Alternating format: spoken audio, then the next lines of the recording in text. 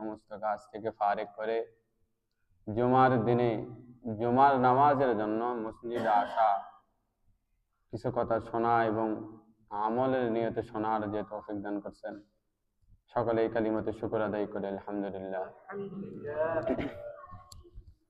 রাহমাতুল্লিল আলামিন, খাতাবুন নবিয়্যিন, যাকে আল্লাহ তাআলা সর্বশ্রেষ্ঠ নবী হিসাবে এই দুনিয়াতে প্রেরণ করেছেন, যাকে আল্লাহ তাআলা সর্বশ্রেষ্ঠ কিতাব আল কোরআন দিয়েছেন। এই কোরআন যারা মানবে, এই কোরআন অনুযায়ী যারা আমল করবে, তারা সফল হয়ে যাবে। আর যারা এই কোরআন অনুযায়ী চলবে না, কোরআনের হুকুম মানবে না, তারা হলো ব্যর্থ, তারা হলো জাহান্নামী। যে আল্লাহ তাআলা আমাদেরকে সর্বশ্রেষ্ঠ কিতাব দিয়ে, যেই নবীর মাধ্যমে আমাদেরকে সর্বশ্রেষ্ঠ কিতাব দান করছেন, সব উম্মতের চাইতে আমাদেরকে শ্রেষ্ঠ উম্মত বানিয়েছেন, সকলেই সেই মহান মানবের প্রতি একবার দরুদ পাঠ করি সাল্লাল্লাহু আলাইহি ওয়াসাল্লাম। সম্মানিত হাজিরিন, আমি আপনাদের সামনে খুতবার মধ্যে সূরাতুল আ'লা এর কয়েকটি আয়াত তেলাওয়াত করছি। এই সূরাতুল আ'লার সম্পর্কে কিছু কথা বলবো ইনশাআল্লাহ। সূরাতুল আ'লা, আ'লা অর্থ হলো উঁচু, সুমহান। এখানে বড় বড় বিল্ডিং, এটাকেও বলা হয় উঁচু। আসলে এখানে এটা উদ্দেশ্য নয়। এই উঁচু দ্বারা উদ্দেশ্য হলো যে আল্লাহ তাআলা কুদরতের দিক দিয়ে সব চাইতে মহান, সব চাইতে উঁচু। এই সূরাকে নামকরণ করা হয়েছে সূরাতুল আ'লা করে। এই সূরা হলো মক্কায় অবতীর্ণ হয়েছে, হিজরতের পূর্বে এই সূরায় অবতীর্ণ হয়েছে। রাসূলুল্লাহ সাল্লাল্লাহু আলাইহি ওয়াসাল্লাম এই সূরার ফজিলত সম্পর্কে কয়েকটি হাদিস এসেছে। রাসূলুল্লাহ সাল্লাল্লাহু আলাইহি ওয়াসাল্লাম সূরাতুল আ'লা এটা জুমার নামাজে প্রথম রাকাতে পড়তেন এবং ঈদের নামাজে পড়তেন। ঈদের নামাজের প্রথম রাকাতে এই সূরা পড়তেন, আর দ্বিতীয় রাকাতে সূরাতুল গাশিয়া পড়তেন। বেতের নামাজে রাসূলুল্লাহ সাল্লাল্লাহু আলাইহি ওয়াসাল্লাম আয়েশা রাদিয়াল্লাহু তাআলা আনহাকে জিজ্ঞাসা করা হলো যে রাসূলুল্লাহ সাল্লাল্লাহু আলাইহি ওয়াসাল্লাম বেতের নামাজে কোন কোন সূরা পড়তেন।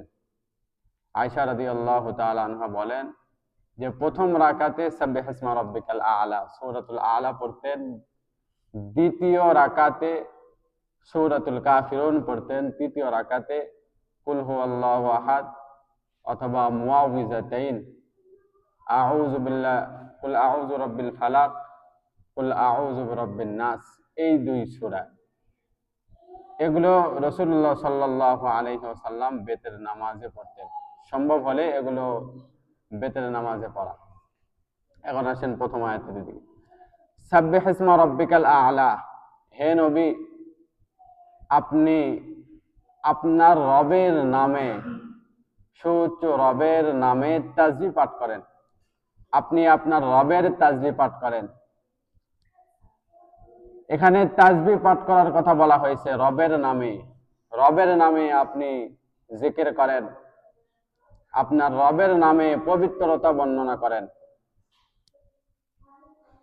রবের নামে পবিত্রতা বর্ণনা করা দ্বারা উদ্দেশ্য হলো জিকির করা সুবহান রাব্বিয়াল আ'লা, সুবহান রাব্বিয়াল আযীম, সুবহানাল্লাহ, আলহামদুলিল্লাহ, রবের নামে জিকির করা।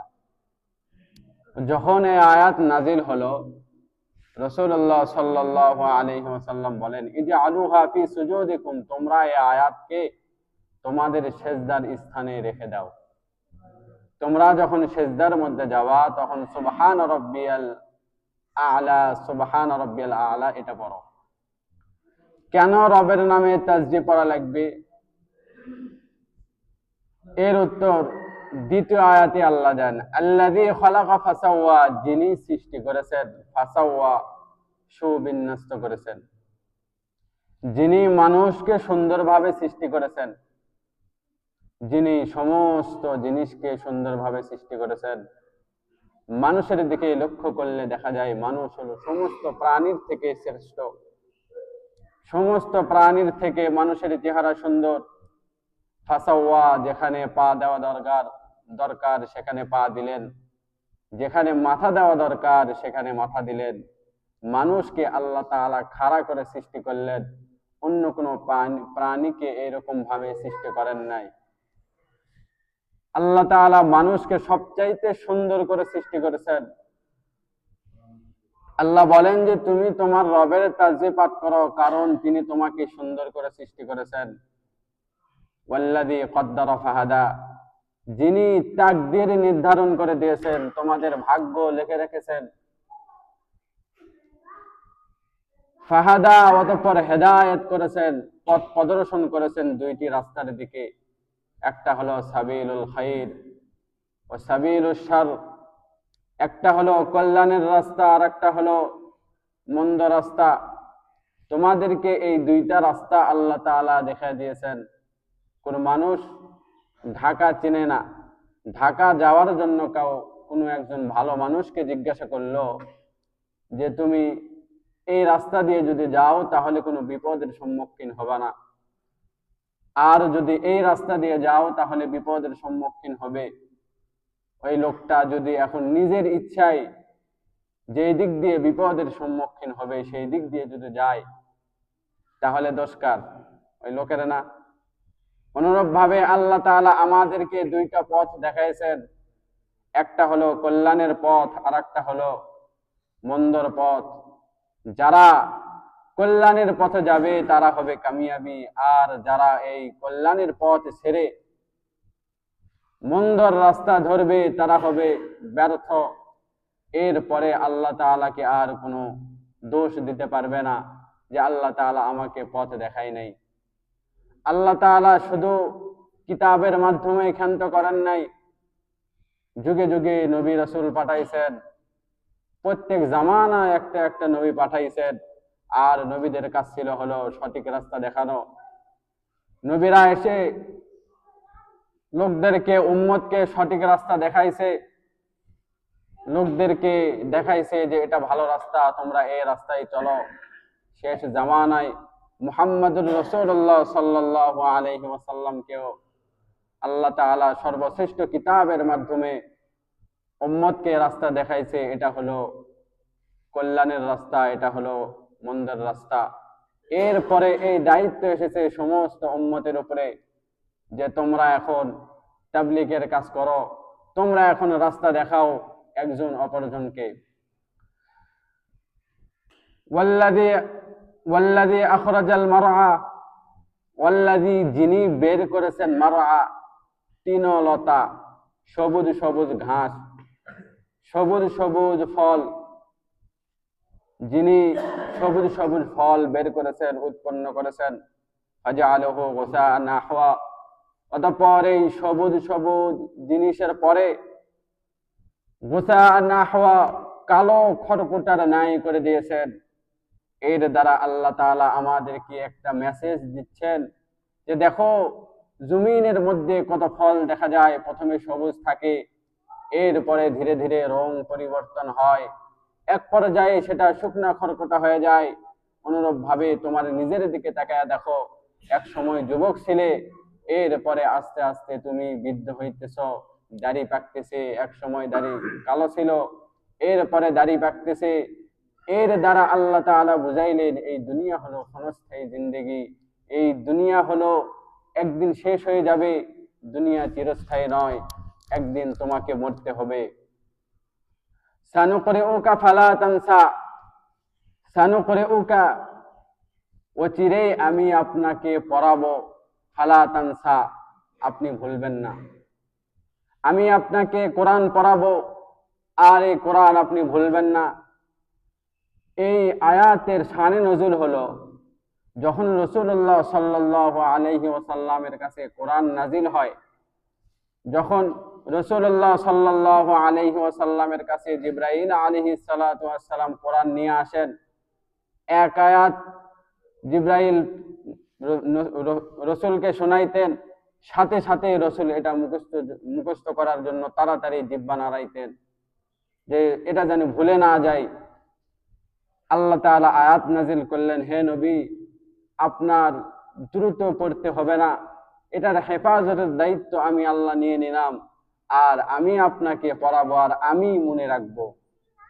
ইল্লা মাশা আল্লাহ, তবে আল্লাহ তাআলা যা ভুলিয়ে দিতে চান তা ব্যতীত। ইন্নাহু ইয়ালামুল জাহরা ওয়া মা ইয়াখফা, ইন্নাহু নিশ্চয় আল্লাহ তাআলা ইয়ালামুল জাহরা, তিনি প্রকাশ্য কথা এবং কাজ সব কিছু জানেন, ওয়া মা ইয়াখফা, যিনি গোপন কাজ এবং গোপন কথা সব কিছু জানেন। যা তোমরা প্রকাশ করো সেটাও আল্লাহ জানে, আর যা তুমি গোপন করো এটাও আল্লাহ তাআলা জানেন। ওয়ানুয়াসসিরুকা লিল ইউসরা, ওয়ানুয়াসসিরুকা, আমি আপনার জন্য দিনকে সহজ করে দিব, আমি আপনার জন্য দিনকে সহজ করে দিব। এখানে আল্লাহ তাআলা নবীকে বলেছেন যে আমি আপনার জন্য সহজ করে দিব, আমি আপনার জন্য এই কোরআনটা সহজ করে দিয়েছি। এই কোরআন হলো ভারী জিনিস, এই কোরআনটা আমি আপনার জন্য সহজ করে দিয়েছি, এই দিনকে আমি আপনার জন্য সহজ করে দিয়েছি। অন্যান্য উম্মতের জন্য দিনটা ছিল অনেক কঠিন। আল্লাহ তাআলা আমাদের উপরে যে শরীয়ত দিয়েছেন, এই শরীয়ত হলো মধ্যম পন্থা। এই শরীয়তটা আল্লাহ তাআলা নবীর জন্য সহজ করে দিয়েছেন, উম্মতের জন্য সহজ করে দিয়েছেন। ফাযাক্কির ইন নাফাআতিয যিকরা, অতঃপর আপনি ওয়াজ নসিহত করেন কোরআনের মাধ্যমে, কোরআনের মাধ্যমে আপনি মানুষদেরকে জানান, মানুষদের কাছে দাওয়াত পৌঁছান, আপনি মানুষদেরকে এই কোরআনের কথা পৌঁছে দেন। আর এই কোরআনের কথা শুধু তার জন্যই কামিয়াবি হবে। আল্লাহ তাআলা বলেন সায়াযাক্কারু মান ইয়াখশা, যে আল্লাহকে ভয় করে তার জন্য এটা উপদেশ হবে। সায়াযাক্কারু, অচিরেই সে গ্রহণ করবে, উপদেশ গ্রহণ করবে। মান ইয়াখশা, যে আল্লাহকে ভয় করে। এই কোরআনটা শুধুমাত্র ওই ব্যক্তির জন্যই উপদেশ হবে যে ব্যক্তি, যার অন্তরের মধ্যে আল্লাহর ভয় আছে, যার অন্তরের মধ্যে আল্লাহর ভয় আছে, সে ব্যক্তি এই কোরআনের উপদেশ গ্রহণ করতে পারবে, কোরআনের হুকুম মানতে পারবে, কোরআনের আদেশ মানতে পারবে, যাদের অন্তরে ভয় আছে। ওয়ায়াতাজান্নাবুহাল আশকা, ওয়ায়াতাজান্নাবুহাল আশকা, যারা নির্বোধ, যারা হতভাগা, তারা এই কোরআনের হুকুম মানবে না, তারা এই কোরআনের হুকুম থেকে বিরত থাকবে। যারা নির্বোধ, তারা এই কোরআনের হুকুম মানতে চাইবে না, তাদের কাছে এই কোরআনটা হবে বড় ভারী জিনিস, তাদের কাছে এই শরীয়তটা হবে বড় কঠিন একটা বিষয়। যারা নির্বোধ তাদের জন্য এই কোরআনটা ভারী হবে, কোরআনের হুকুম, আল্লাহর হুকুম, নবীর তরিকা তাদের জন্য ভারী হবে। আল্লাযী ইয়াসলান নারাল কুবরা, আল্লাহ বলেন আল্লাযী ইয়াসলান নারাল কুবরা, যাদের জন্য এই কোরআনের হুকুম ভারী ছিল, যারা এই কোরআন অনুযায়ী চলে নাই। আল্লাযী, ওই সমস্ত ব্যক্তিকে, ইয়াসলান নারাল কুবরা, কঠিন জাহান্নামের আগুনের মধ্যে নিক্ষেপ করা হবে। ওই সমস্ত লোকদেরকে কাল কিয়ামতের ময়দানে কঠিন আগুনের মধ্যে নিক্ষেপ করা হবে। কেমন সেই কঠিন আগুন? আবু হুরায়রা রাদিয়াল্লাহু তাআলা আনহু থেকে বর্ণিত, রাসূলুল্লাহ সাল্লাল্লাহু আলাইহি ওয়াসাল্লাম বলেছেন, বনি আদম দুনিয়াতে যে আগুন জ্বালায়, এই আগুনের চেয়ে 70 গুণ বেশি হবে জাহান্নামের আগুন। দুনিয়ার আগুনই কত কষ্টকর, দুনিয়ার আগুনের মধ্যেই হাত দিলে সে হাত রাখা যায় না, জাহান্নামের আগুন হবে এর চাইতে 69 গুণ বেশি। রাসূলুল্লাহ সাল্লাল্লাহু আলাইহি ওয়াসাল্লামকে সাহাবায়ে কেরাম জিজ্ঞাসা করলেন, ইয়া রাসূলুল্লাহ, এই আগুন এত কঠিন হবে, আমাদের জন্য তো দুনিয়ার আগুনই যথেষ্ট ছিল, দুনিয়ার যে এক প্রকার আগুন এটাই তো আমাদের জন্য যথেষ্ট ছিল, 70 গুণ আরো বেশি বৃদ্ধি করা হবে কেন? রাসূলুল্লাহ সাল্লাল্লাহু আলাইহি ওয়াসাল্লাম বলেন, এটাই হলো নাফরমানদের আযাব, এটাই হলো নাফরমানদের শাস্তি। যারা কোরআনের হুকুম মানবে না, কোরআনের ওয়াজ নসিহত যাদের কাজে আসবে না, যারা এই অনুযায়ী আমল করবে না, তাদের জন্য এটাই হবে শাস্তি। আর যারা কাফের, যারা মুশরিক, তাদের জন্য হবে শাস্তি। আল্লাহ বলেন এই জাহান্নাম হলে আমুন সুম্মা লা ইয়ামুতু ফিহা ওয়ালা ইয়াহইয়া, অতঃপরে জাহান্নামের মধ্যে মরবেও না, ওয়ালা ইয়াহইয়া, এবং জীবন যাপনও করবে না, সন্তুষ্টর সাথে জীবন যাপনও করবে না। জাহান্নামের মধ্যে কোনো মৃত্যু নাই, শান্তির সাথে কোনো জীবন যাপন নাই, শুধু শাস্তি আর শাস্তি। হাদিস শরীফের মধ্যে এসেছে, নবী করিম সাল্লাল্লাহু আলাইহি ওয়াসাল্লাম বলেন, যখন জাহান্নামীরা জাহান্নামে যাবে, জান্নাতীরা জান্নাতের মধ্যে চলে যাবে, তখন আল্লাহ তাআলা ভেড়ার মতো আকৃতিতে একটা জন্তুকে নিয়ে আসা হবে।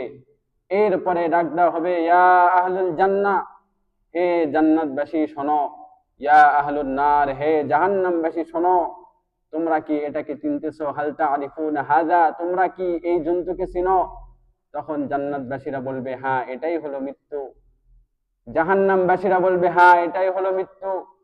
এরপরে জান্নাত এবং জাহান্নামের মাঝে এই মৃত্যুকে জবাই করে দেওয়া হবে। এরপরে জান্নাতবাসীকে বলা হবে, যাও, আর কোনো মৃত্যু নাই, আজকে তোমরা এই জান্নাতের মধ্যে চিরস্থায়ী হয়ে যাও, তোমরা জান্নাতের মধ্যে যা মন চাই তাই করো, তোমাদের আর কোনো মৃত্যু নাই। জাহান্নামবাসীকেও অনুরূপ ভাবে বলা হবে যে দেখো দেখো, এই মৃত্যুকে জব করে দেওয়া হলো, এখন আর তোমাদের আর কোনো মৃত্যু নাই, এখন তোমরা এই জাহান্নামের মধ্যে শাস্তি ভোগ করতেই থাকো, জাহান্নামের মধ্যে তোমাদের এই শাস্তি ভোগ করতেই থাকো। এই জন্য আল্লাহ বলেন, যারা আমার হুকুম অনুযায়ী চলবে না তাদের জন্য চিরস্থায়ী জান্নাত, আর যারা চলবে তাদের জন্য রয়েছে জান্নাত। ক্বাদ আফলাহা মান যাক্কাহা, এরপরে আল্লাহ তাআলা সফল লোক সম্পর্কে কয়েকটি কথা বলেছেন। ক্বাদ আফলাহা মান যাক্কাহা, অবশ্যই অবশ্যই সে ব্যক্তি সফল কাম। মান যাক্কা তাযাক্কা, যে ব্যক্তি নিজের আত্মাকে পরিশুদ্ধ করেছে, যে ব্যক্তি ঈমানের মাধ্যমে নিজেকে পরিশুদ্ধ করেছে, সেই ব্যক্তি হলো সফল। এরপরে আল্লাহ বলেন, ঈমান আনার পরে ওয়া যাকারা ইসমা রাব্বিহি ফাসাল্লা, ওয়া যাকারা, যে স্মরণ করেছে তার রবের নাম, যে তার রবের নাম স্মরণ করেছে, রবের জিকির অন্তরের মধ্যে নিয়ে এসেছে, ফাসাল্লা, অতঃপর নামাজ আদায় করেছে। 5 ওয়াক্ত নামাজ আমি বান্দার জন্য ফরজ করেছি, এই 5 ওয়াক্ত নামাজ কোন বান্দা পড়েছে, আল্লাহর হুকুমের আনুগত্য করেছে, 5 ওয়াক্ত নামাজ আমি ফরজ করেছি, বান্দা এই 5 ওয়াক্ত নামাজ আদায় করেছে, এই ব্যক্তি হলো সবচাইতে সফল। এরপরে আল্লাহ বলেন,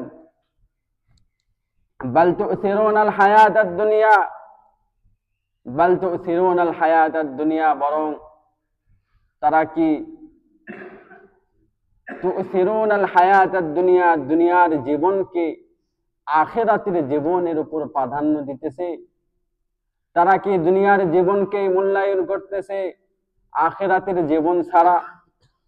এই দুনিয়ার ক্ষণস্থায়ী জিন্দেগি কি তারা প্রাধান্য দিচ্ছে যে দুনিয়াটাই হলো আমাদের জন্য মূল্যবান, আখিরাত হলো আমাদের জন্য কিছুই নয়? আল্লাহ বলে যে আখিরাতের জিন্দেগি হলো দুনিয়ার জিন্দেগির চাইতে হাজার হাজার গুণ বেশি, হাজার হাজার গুণ বেশি উত্তম। আখিরাতের জিন্দেগি আমাদের জন্য উত্তম, আর এই দুনিয়ার জিন্দেগি হলো ক্ষণস্থায়ী। এই জন্য নবী হাদিসের মধ্যে বলেন যে মানুষ যখন মারা যায় 3টা জিনিস তার অনুসরণ করে। 1 নম্বর হলো তার মাল, 2 নম্বর হলো তার পরিবার, 3 নম্বর হলো তার আমল। যখন মানুষ মারা যায় তখন তার আত্মীয় স্বজন তাকে দাফন কাফন করা পর্যন্ত কবরের মধ্যে যায়, কবরের পাশে যায়। এরপরে তাকে দাফন করার পরে তার পরিবার, তার ধন সম্পদ যা কিছু ছিল সব কিছু দুনিয়াতে রেখে কবরের মধ্যে শুধু আমল নিয়ে যেতে হয়। এই জন্য নবী বলেন সবচাইতে ভাগ্যবান হলো ওই ব্যক্তি, আল কাইয়িসু মান দানা নাফসাহু ওয়া আমিলা লিমা বাদাল মাউত, যে মৃত্যুর পরের জিন্দেগির জন্য কিছু আমল করে, এই ব্যক্তি হলো সবচাইতে ভাগ্যবান। এর মতো ভাগ্যবান আর কেউ নেই। আল্লাহ বলেন যে দুনিয়ার জীবন হলো ক্ষণস্থায়ী, তোমরা দুনিয়ার জীবনকে প্রাধান্য দিচ্ছ আখিরাতের জীবনের উপর। ওয়াল আখিরাতু খায়রুন ওয়া আবকা, আখিরাত হলো উত্তম এবং চিরস্থায়ী। আখিরাত হলো উত্তম এবং চিরস্থায়ী। ইন্না হাযা লাফি সুহুফিল উলা। আল্লাহ বলেন যে এই কথা শুধু কোরআনের মধ্যে আছে এমন নয়, এই কথা পূর্ববর্তী সহিফার মধ্যেও ছিল, পূর্বের কিতাবের মধ্যেও ছিল। পূর্বে যত কিতাব অতিবাহিত হয়ে গেছে সব কিতাবের মধ্যে একই কথা ছিল। সুহুফে ইব্রাহিম ওয়া মূসা, এটা ইব্রাহিম আলাইহিস সালাতু ওয়াস সালামের সহিফায় ইব্রাহিম আলাইহিস সালাতু ওয়াস সালামের ইব্রাহিম আলাইহিস সালাতু ওয়াস সালামকে যে কিতাব দেওয়া হয়েছিল, এই কিতাবের মধ্যেও এই সহিফা ছিল, এই কথা ছিল যে দুনিয়ার জিন্দেগির চাইতে আখিরাতের জিন্দেগি হলো সবচাইতে প্রিয়, আল্লাহ তাআলার কাছে সবচাইতে উত্তম। মুসা আলাইহিস সালাতু ওয়াস সালামকে যে কিতাব দেওয়া হয়েছে তাওরাত, এই কিতাবের মধ্যেও ছিল। এই কিতাবের মধ্যে একই কথা ছিল যে দুনিয়ার জিন্দেগি হলো ক্ষণস্থায়ী, একদিন শেষ হয়ে যাবে। আখিরাতের জিন্দেগি হলো চিরস্থায়ী। অতএব আখিরাতের জিন্দেগির জন্য আমল করা, যারা সফল, যারা কামিয়াবি, তারা হলো আখিরাতের জিন্দেগির জন্য আমল করবে। আল্লাহ বলে যে আমি তোমাদেরকে দুইটা রাস্তা দিলাম, এখন তোমাদের ইচ্ছা তোমরা কোন রাস্তায় চলবা। তোমাদেরকে আমি আখিরাতের রাস্তাও দেখাইছি, এরপরে দুনিয়ার রাস্তাও দেখাইছি। দুনিয়াতে যদি চলো তাহলে তোমাদের জন্য শাস্তি সতর্ক করেছি, যে শুধু এই দুনিয়াতে সতর্ক করছি, ওয়াজের মাধ্যমে, উলামায়ে কেরামের মাধ্যমে সতর্ক করছি, নবীদের মাধ্যমে সতর্ক করছি। যদি তোমরা এটা না মানো তাহলে শুনে রাখো, কাল কিয়ামত তোমাদের জন্য বড় কঠিন হবে, তোমাদের জন্য বড় কঠিন হবে। অতএব মুসলমান ভাই, আমাদের জন্য উচিত হলো আখিরাতের জন্য কিছু পুঁজি নিয়ে যাওয়া। আজকে মনে হইতেছে যে দুনিয়াটাই হলো আমাদের জন্য সব, কিন্তু আসলে তা নয়। দুনিয়াতে শুধু আপনার মৃত্যু পর্যন্তই দুনিয়া আপনার সাথ দিবে। যখন আপনার মৃত্যু হয়ে যাবে তখন কিন্তু আপনার জন্য বড় ভয়ানক বিপদ আসবে। এই জন্য আখিরাতের জন্য আমল করা। আজ থেকে 5 ওয়াক্ত নামাজ আদায় করার প্রতিজ্ঞা হন, আজকে থেকেই